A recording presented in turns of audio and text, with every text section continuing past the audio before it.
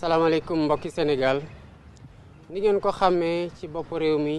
jubbanti lañ fi woote jubbanti ci jikko yi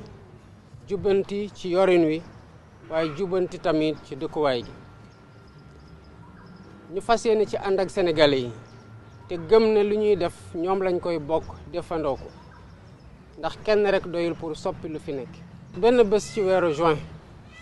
fas yéene nañoo am ci biir Sénégal set setal bu mag a mag a mag liñ ciy waajal mooy taw yi di ñëw te ren gi ñu xaar ay taw yu bare ñu xalaat inondation yoo xam ne xëy na jotaguñ fi def liggéey gu tax ñu mën ko fànq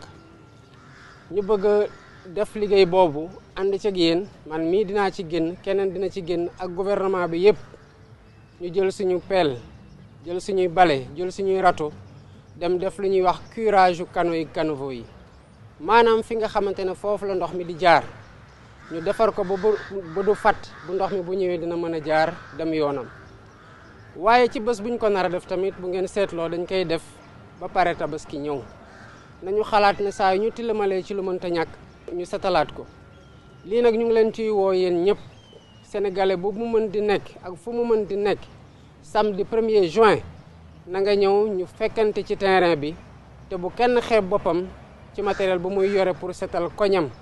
waaye di ngeen ñu gis sur le terrain ñu nekk seen wét ba xool ñun ak yéen kan moo ëpp njàmbaarteef ci li nga xamante ne woo nañu leen ci asalaamaaleykum wa rahmatullah.